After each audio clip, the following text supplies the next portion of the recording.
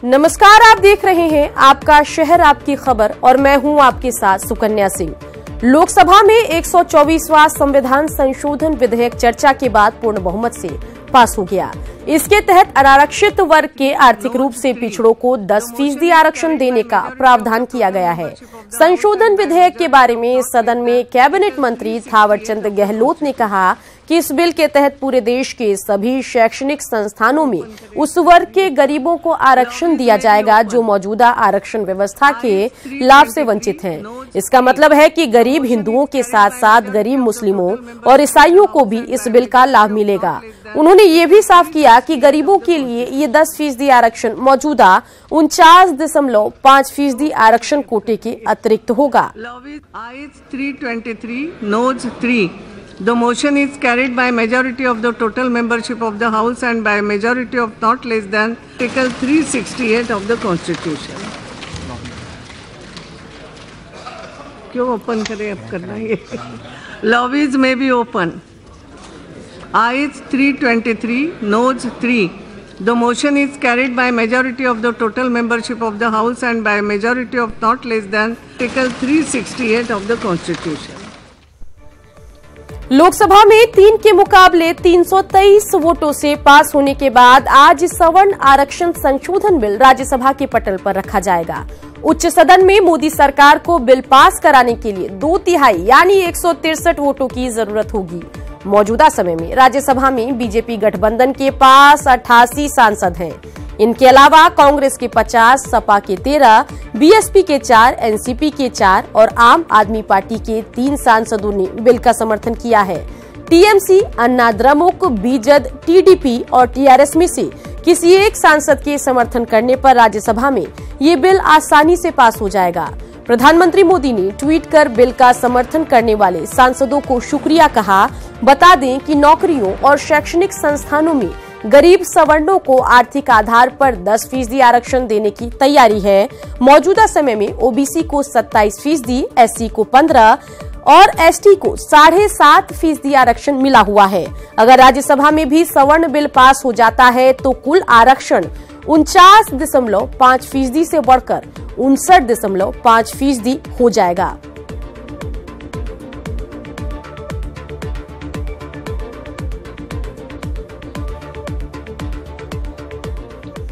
आइए ग्राफिक्स के जरिए दिखाते हैं सवर्ण आरक्षण बिल पास कराने के लिए क्या है राज्यसभा का गणित।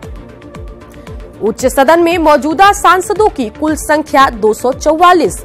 बिल पास कराने के लिए 163 वोटों की जरूरत। बीजेपी गठबंधन के पास 88 सांसद, सवर्ण आरक्षण बिल के समर्थन में विपक्ष के 74 सांसद, कांग्रेस 50, सपा 13, बीएसपी 4, एनसीपी 4 और आप के 3 सांसदों का सवर्ण आरक्षण बिल को समर्थन।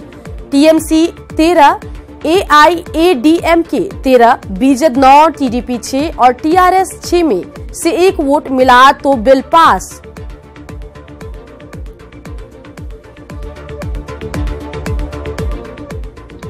अगर राज्यसभा में भी सवर्ण आरक्षण संशोधन बिल पास हो गया तो 95% लोग आरक्षण के दायरे में आ जाएंगे। कैसे, रिपोर्ट में देखिए। पूरी आबादी आएगी आरक्षण के दायरे में। 95% लोग होंगे आरक्षण के दायरे में। जाति के बाद आर्थिक आधार पर आरक्षण। अगर सरकार का दाव सही पड़ गया और संसद में 10% आरक्षण की राह निकल गई तो करीब करीब हर परिवार को आरक्षण का लाभ मिलने लगेगा, क्योंकि आर्थिक आधार पर आरक्षण के दायरे में 95% परिवार आ जाएंगे। ये कैसे संभव है, समझने के लिए पहले ये देख लीजिए आर्थिक आधार पर आरक्षण के लिए क्या आधार बनाए गए हैं। जिनकी सालाना आय 8 लाख से कम हो, जिनके पास 5 लाख से कम की खेती की जमीन हो, जिनके पास 1000 स्क्वायर फीट से कम का घर हो, जिनके पास नगर निगम की 109 गज से कम अधिसूचित जमीन हो, जिनके पास नगर निगम की 209 गज से कम की गैर अधिसूचित जमीन हो। आर्थिक आधार पर आरक्षण के तहत सभी धार्मिक अल्पसंख्यक भी इसका इस्तेमाल कर सकेंगे, लेकिन जो लोग अभी आरक्षण का फायदा ले रहे हैं उनको इसका फायदा नहीं मिलेगा। इस तरह से ओबीसी, SC और ST वर्ग के लोगों को आर्थिक आधार पर आरक्षण का फायदा नहीं मिलेगा। आर्थिक आधार पर आरक्षण के लिए जो आधार तय है, उसी आधार की वजह से 95% लोगों को आरक्षण का लाभ मिल सकता है। आइए देखते हैं पहले आय के आधार पर।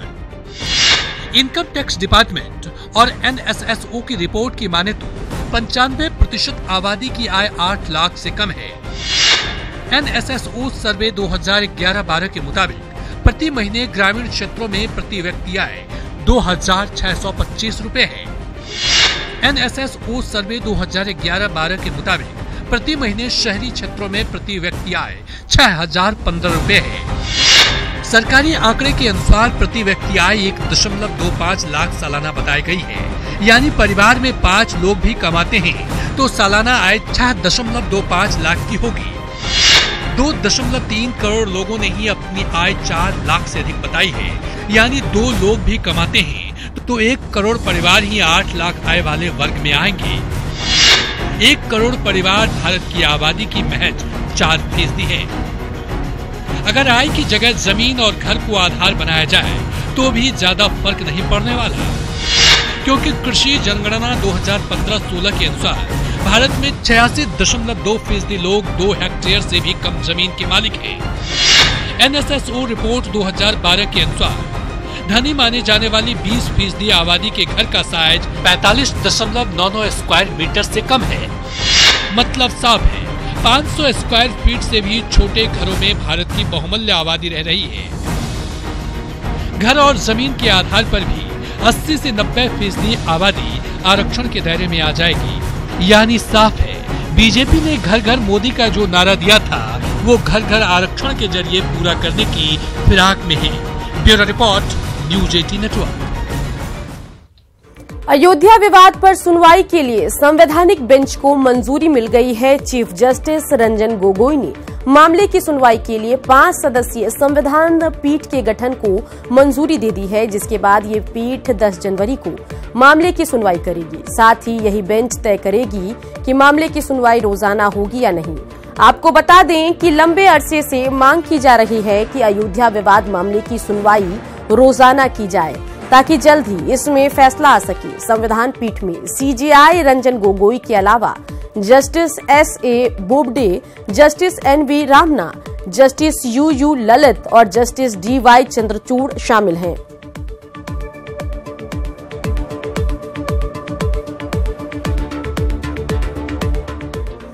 प्रधानमंत्री नरेंद्र मोदी आज आगरा दौरे पर रहेंगे। इस दौरान प्रधानमंत्री ताजनगरी वासियों को 5100 करोड़ रुपए की परियोजनाओं की सौगात देंगे। इसके साथ ही PM कोठी मीना बाजार मैदान में रैली को भी संबोधित करेंगे। ब्रज क्षेत्र से 2019 चुनाव का शंखनाद करेंगे। प्रधानमंत्री मोदी दोपहर 3:15 बजे खेरिया स्थित एयरफोर्स के तकनीकी एयरपोर्ट पहुंचेंगे, जहां राज्यपाल राम नाईक और मुख्यमंत्री योगी आदित्यनाथ उनकी आगवानी करेंगे। PM मोदी के कार्यक्रम में डिप्टी CM के साथ साथ कई सांसद भी मौजूद रहेंगे।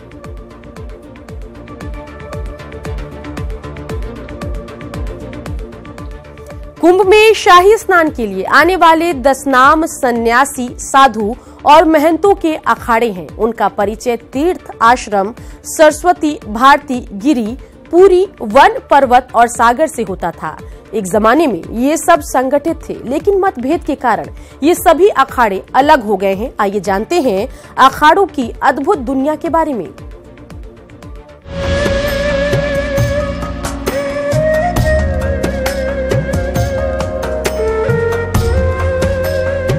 झूमते गाते संत समाज की टोली हाथी, घोड़े और भव्यता के साथ निकलती अखाड़ों की पेशवाई श्रद्धालुओं के लिए आज भी कौतूहल का विषय होती है।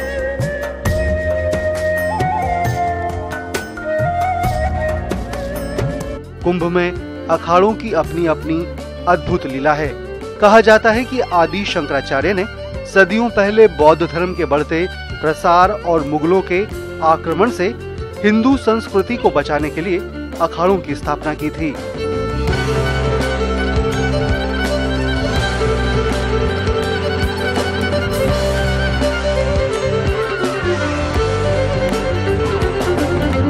हाथी, घोड़े की शाही सवारी और सजावट, घंटा, नाद, नागा अखाड़ों के करतब, तलवार और बंदूक का खुलेआम प्रदर्शन इन अखाड़ों की पहचान है।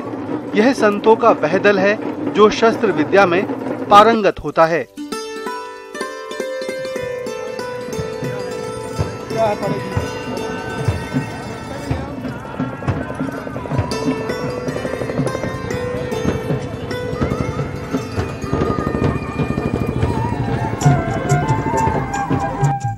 शुरू में सिर्फ 4 प्रमुख अखाड़े थे, लेकिन वैचारिक मतभेद की वजह से उनका बंटवारा होता गया, जिसमें निरंजनी अखाड़ा ये संवत 160 सन 826 में कच्छ में स्थापित हुआ। इनके इष्टदेव कार्तिक स्वामी हैं। जूना अखाड़ा संवत 1202 सन 1069 में स्थापित हुआ। इनके इष्टदेव श्री रुद्रावतार दत्तात्रेय हैं। महानिर्वाण अखाड़ा संवत 805 सन 671 में बैजनाथ धाम में स्थापित हुआ। इनके इष्टदेव श्री कपिल महामुनि हैं। अटल अखाड़ा संवत 706 सन 569 में गोंडवन में स्थापित हुआ। इनके इष्टदेव श्री गजानन हैं। आवाहन अखाड़ा संवत 603 सन 469 में स्थापित हुआ। इनके इष्टदेव श्री दत्तात्रेय व श्री गजानन हैं। आनंद अखाड़ा संवत 1912 सन 778 में स्थापित हुआ। इनके इष्टदेव श्री अग्नि व श्री सूर्य नारायण हैं। पंचाग्नि अखाड़ा सन 1058 में स्थापित हुआ। इनके इष्टदेव गायत्री हैं। नागपंथी गोरक्षनाथ अखाड़ा संवत 900 सन 866 में गोदावरी संगम पर स्थापित हुआ। इनके संस्थापक पीर शिवनाथ हैं। वैष्णव अखाड़ा संवत 1729 सन 1595 में स्थापित हुआ।